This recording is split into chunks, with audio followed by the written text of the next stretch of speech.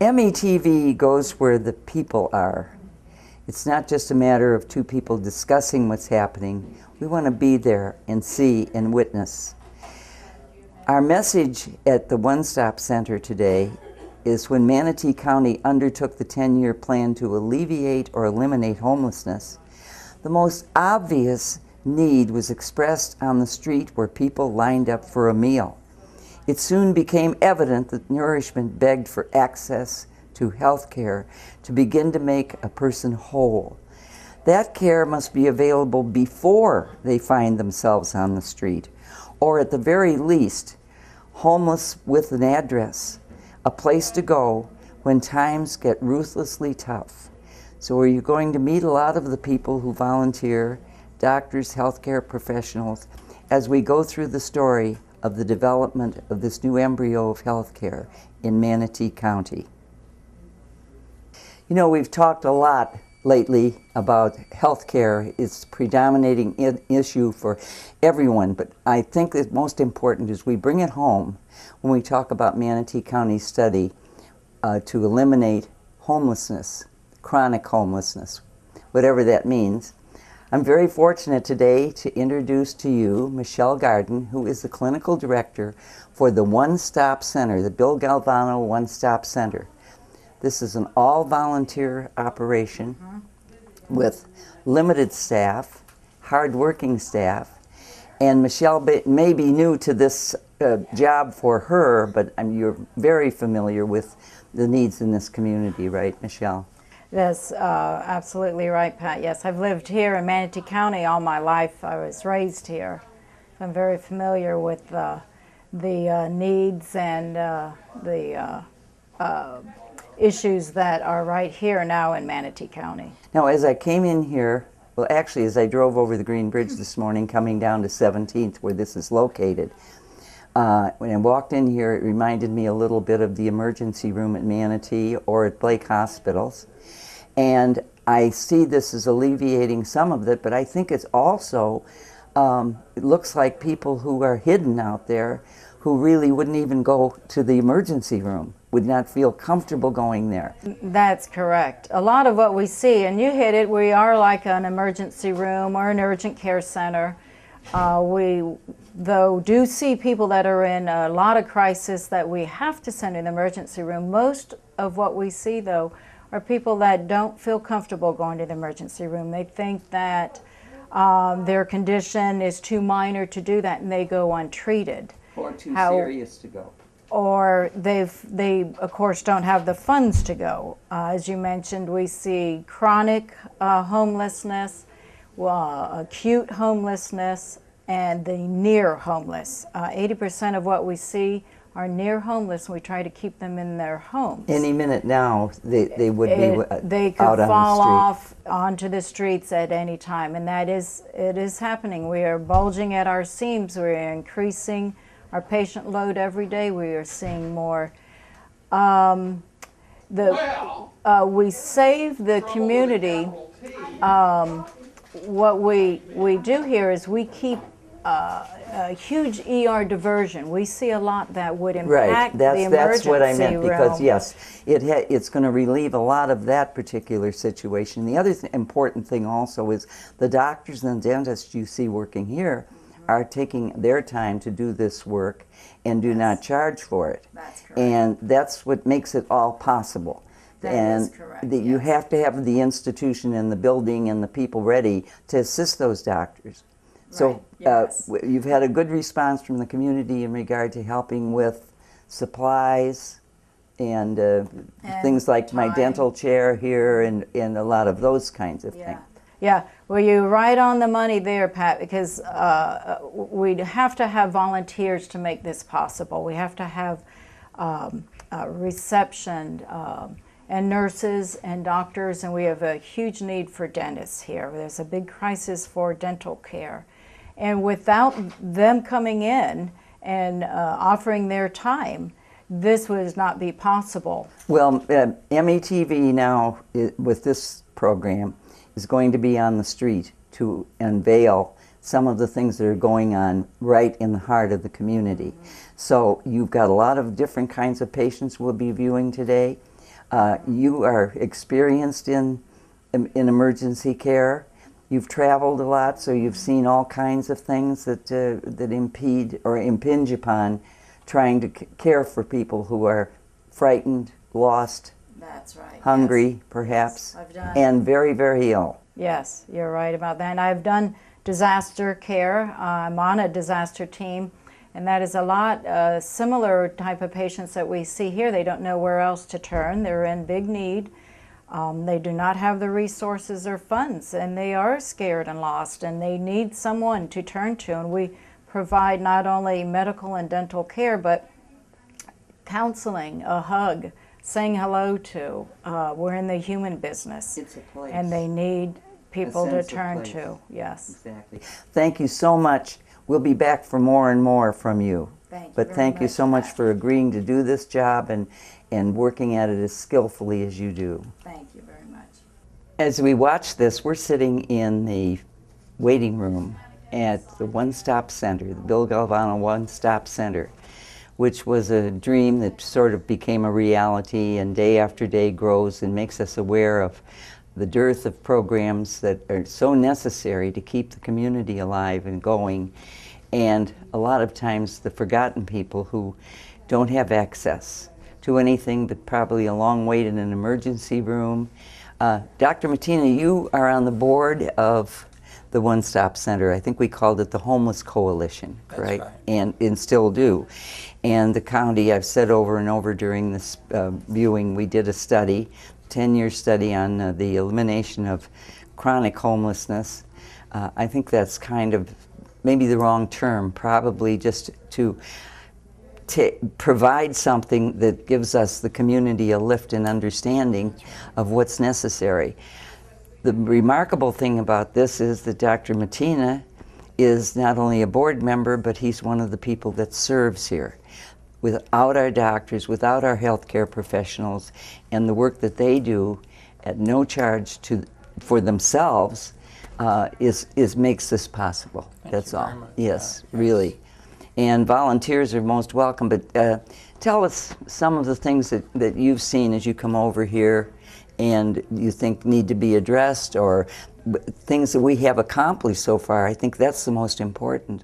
I think what's been accomplished is we've developed this one-stop center over a period of 5 to 7 years. We have a facility to work in. We have a very strong and active board that is making all of this go forward. We've developed a liaisons with LECOM Medical School, which is bringing in both teaching staff and medical students. And then there's volunteer physicians such as myself that are coming down and seeing patients. See, that's what's so important, is that network where you bring the hospitals in, both Blake and Manatee, and the medical profession and all of the ancillary healthcare givers, as well as volunteers from the community, and we had a lot of volunteers on the board over there too. That's right.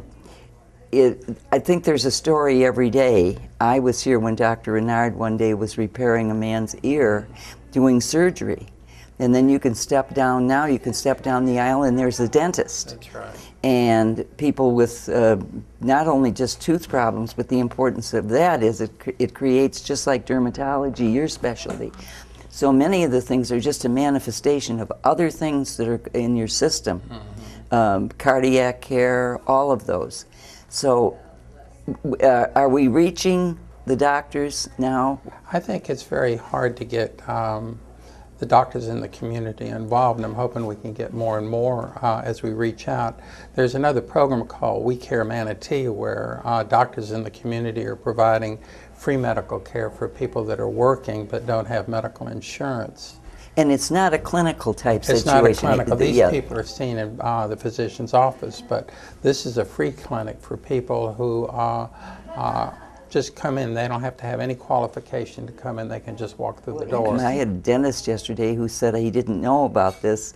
Call me anytime if they need any backup help, which would be, maybe you need to help with the procedure, or I can give one Friday a month. Well, we'd like that. And we want to encourage that to occur.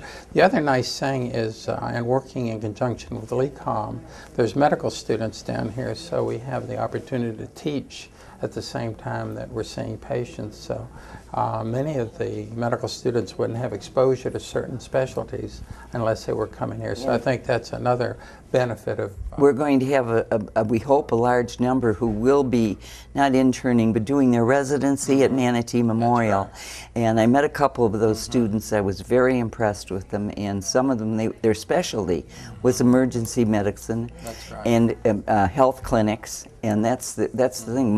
The more times that you can see people at the beginning level, that's the biggest savings of all. That's right. The other thing that is going to begin to open up is they're going to be starting a dental school at LECOM. So we're going to have more dental care at this clinic, which is badly needed because there's a lot of people that have dental problems that need reconstructive work. Well, Dr. Mattina, we'll call on you from time to time to give us an update, and we appreciate all that you do. We really do. Thank you. The two people with me right now bring it home as far as the community working in the street, out on the community, and recognizing the tremendous need that we have. Dr. Andre Renard, who is a reconstructive surgeon, I think that's pretty correct. He'll correct that for me. Is that close enough? Mm-hmm. And Leanne O'Brien, nurse, and they are from the same practice, Dr. Renard's practice. They just lift themselves over here, work on people, and I've just been amazed at some of the requests that you've had to deal with and how important those patients were and the outcomes, because you just don't work on a patient and then leave them. And this continuity is the thing that I think is so important. Andre, you've been coming here now for... I think we started, actually I started with my wife Carol. She's the impetus behind this thing, and we started about a year ago.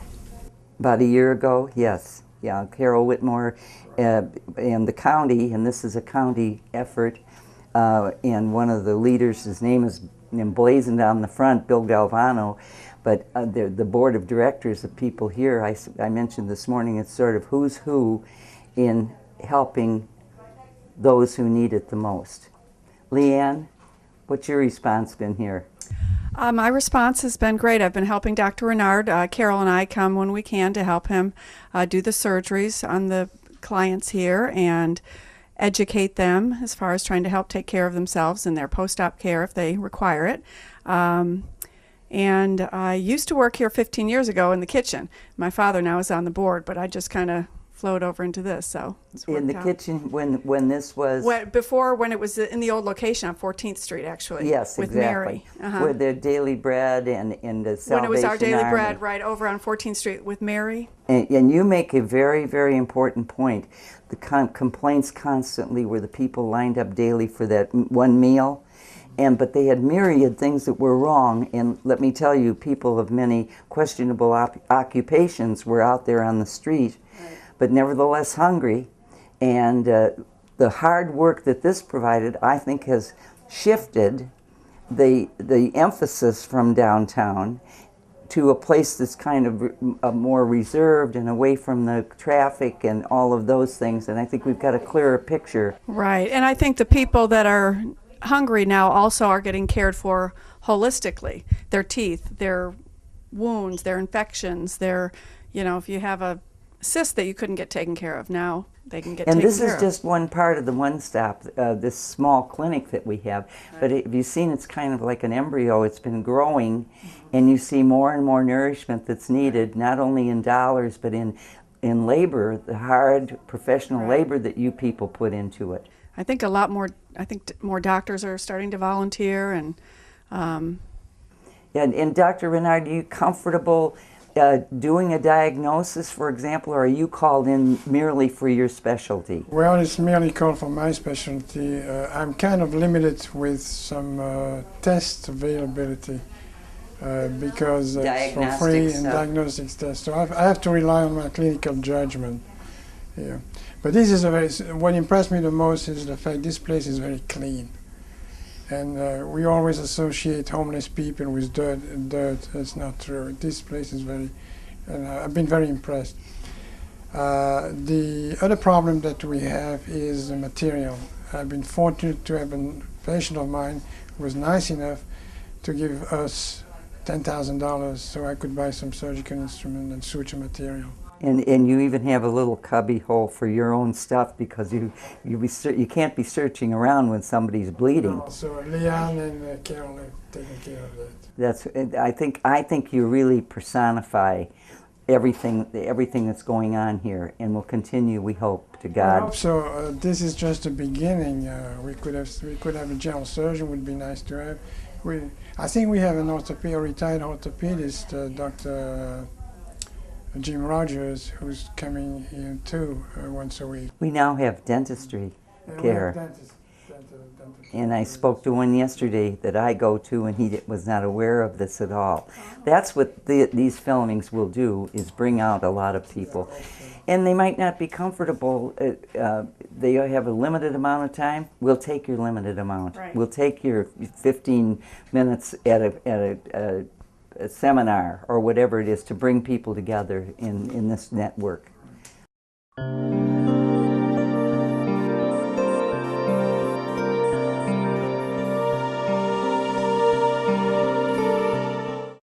Lee Martin is a good friend, longtime friend of mine. I think a longtime friend to this community, and at the One Stop Center, he's our architect and builder and all the other wonderful things, not just in bricks and mortar, but in the real life that's infused into this for the people of this community. Lee is a long time coming to get this building, get the site and everything. What do you think today when you look at what's been accomplished so far? Well, I think this community has a great deal to be proud of in what we have accomplished in such a short time, which was from 1995 to now, when you and I and a lot of us got to work on the 10-year plan, and this was a hope that we could do something for the homeless and for those that are not necessarily homeless, but the downtrodden and the indigent, and help them out. And in the last part of that, back 2.5 years ago now, in March, we finally finished this place and got it done. I think one of the things that we can be proud of for our community is that we are debt-free. We don't owe anything for the building and all of the property and everything we've done. And that's been through the generosity of this community and all of the people around us. We're got started right at the time the economy just crashed. It was tough. It was a tough time. We were just ready to, jump in full bore. We thought, well, we're going to be well healed on the top of this with all this and have such a huge place to deal with so few people in comparison to what we have today.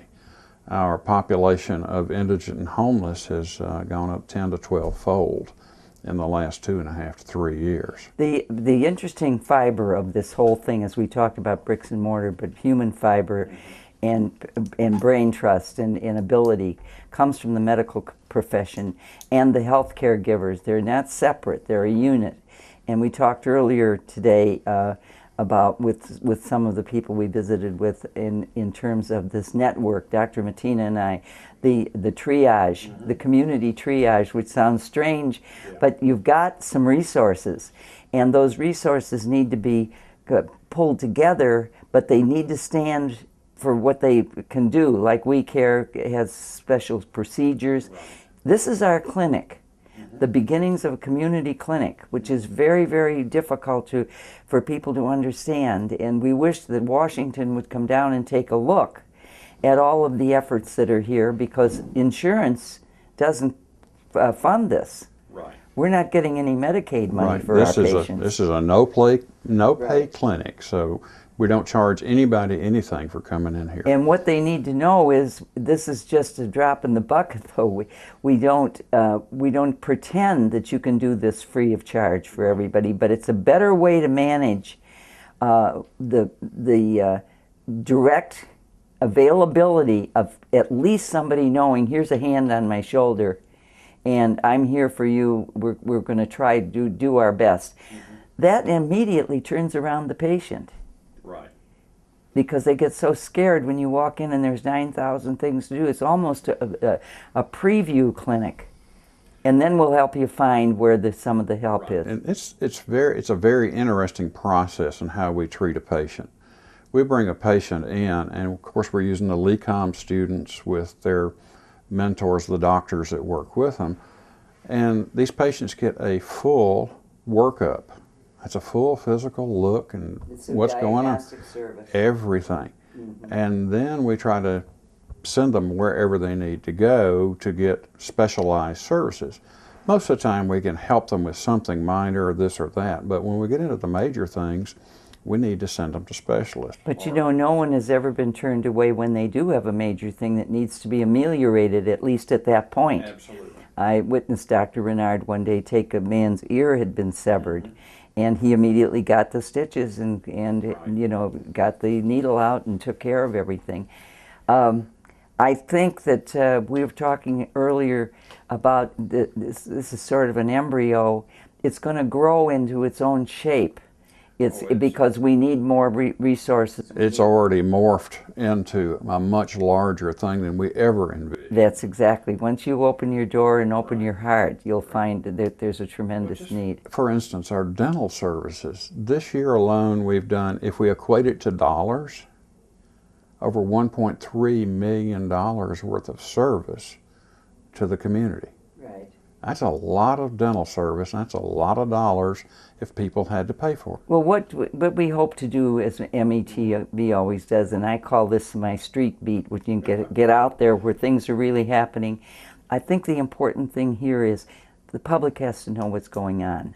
Absolutely. And it's not to just go in there and wring our hands and say, oh my God, we've got so many problems in the community. No, what are we doing about them?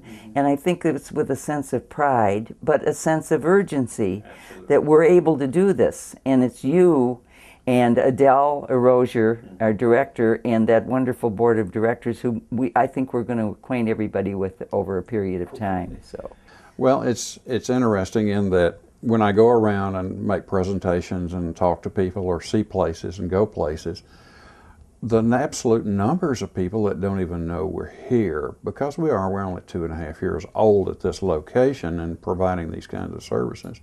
Once they find us, they help us. Well, every social service agency needs the number. The biggest problem we have, and that's another program at another time, information and referral is absolutely dire. But I really want to thank you for taking your time today to visit with us in this short period. And if you could give a message today, what would it be? The message today was, if you know someone who needs help, first of all, call 211. They can refer you. Not 911, 211. They can refer you to any of the agencies that are available to help you with whatever problem you may have. If you are indigent or in deep need of help or something, come to our open door and we can try to get you some help here and get into the different social service agencies through us. I.e., the one-stop center means that we're trying to coordinate with all the other agencies in town to get you the proper services as quickly as possible without having to traipse all over town and do those things. And if you think about it, you know, the problems of addiction, they're all related. All the healthcare issues, however they manifest themselves, are all related. And we know we can call the Glens to immediately be available. That's what this STOP Center is. This is the clinic.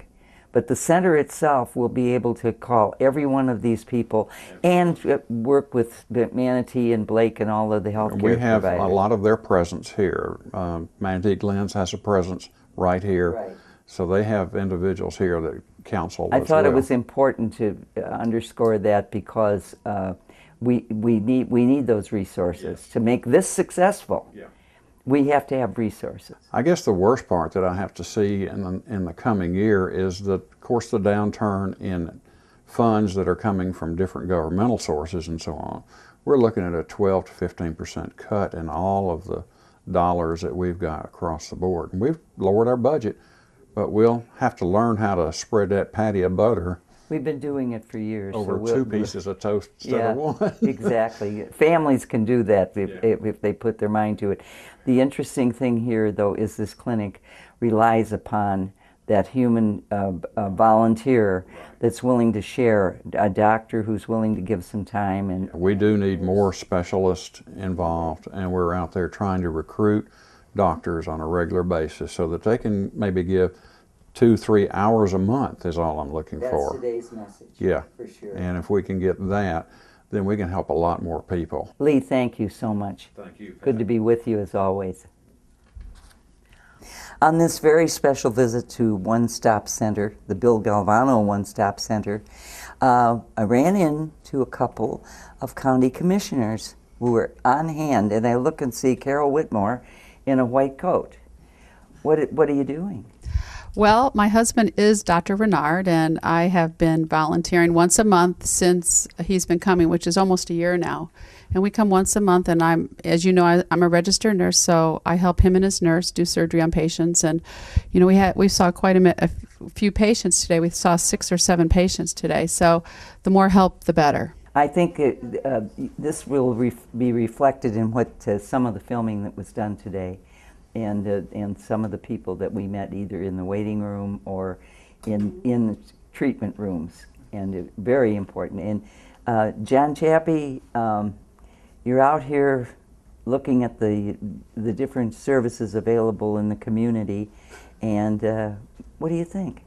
It's an incredible operation they run here, Pat. I wanted to stop by here. I was here for the dedication a while back, and I wanted to stop by and see how they're operating now with people in here and with the volunteers. And it's tremendous what they do and give back to the community. You know, it's heartbreaking to see these families that no longer have jobs and they need help. And we try to provide as much help as possible through the county and through the One Stop Center, and the work that they do here is just tremendous. So you think, you know, if you weren't a county commissioner, you would still feel that you should be out here in the community finding out what's going on? Absolutely. Because so often I think that's what the problem. A lot of people don't know, and we've talked about a lot of things. The network, the triage network in this community. Dr. Mattina described that so beautifully, just in answering the questions about how all of the resources, and Lee Martin told us that, you know, the resources that are available to people when they come in, not just for the quick treatment, but there's some serious things that have come through this door that were treated immediately and then sent on to someone else, we hope. Mm-hmm. So we're emphasizing today the need for volunteers. We always have our hand out asking for funds and money, and that's very important, but you've got to get the spirit infused in the people, and then those other things will come, don't you think? Yes, and we are in desperate need of volunteers. In fact, I got on Facebook the other night and I put a plea out, and one of the nurses working here today saw that, and she signed up, and she's a volunteer here. So if there are any retired nurses there, receptionists, or anybody that just can answer phones, we need help in all the departments here so that we can do our job well. And if anybody in the medical provider community watches this, we need medical supplies. The doctors, we have to bring our own supplies, so that would help immensely. If you only knew how much it costs for a box of sutures, it's about $100, and that's just one size. So we desperately need medical supplies, and we'd also appreciate any physicians that would like to give up even an hour of their time. It's desperately need a specialist. Anything like that, we would love to have your help. And dentist, as you know, Dr. Little is here, and he's gotten 4 or 5 dentists to volunteer. Desperately need dental assistance. We do a lot here, more than they do at other facilities. Cleanings, bridges, all kinds of stuff, because dental health is, if your teeth aren't taken care of, Pat, as all of us know, it leads to everything else. Cardiac problems, Yes, exactly. All kinds of difficult things. We really need the community to step up. We would love to have you, and my husband has enjoyed it immensely, and the people here that are patients here are great, so please consider volunteering. That's very good, and we appreciate it. The need for supplies and the need for doctors. I mentioned it to my dentist yesterday that I was coming here to do this today, and he was terribly, right away interested in what was going on, and said, have the dentist over there give me a call, because I think if we speak to the medical profession, to the society, and other organizations, you'll find that person by person it will bring more people in. You know, one of the other ways that they can contribute because we all don't have the experience in the medical fields in those areas, but in clothing, in work boots, they do opportunities here to get people jobs, to help them get jobs. And if they need some work boots or if they need some tools for working, they can provide those here at the One Stop Center and get people with jobs, get them jobs so they can become productive members of our society. You're right, and this is a point that Lee made. This is a whole place. I mean, it has everything that we need to address. It has all the resources to address some of these things. But today we focused on this health clinic because there is no community health clinic.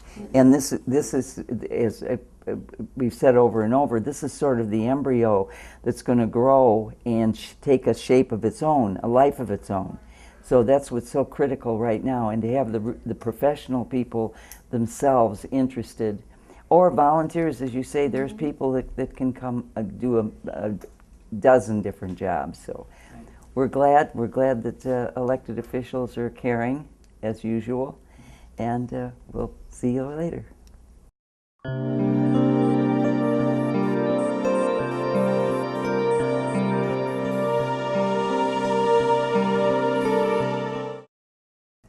Okay, this wraps up our day at One Stop Center for this time, for this visit.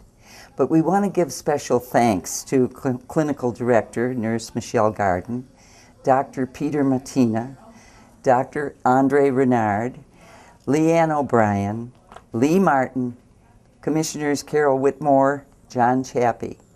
The message closes today and opens up the doors of tomorrow. We need your help. We need you to be informed, and we need all of the volunteers that we can get at the One Stop Center.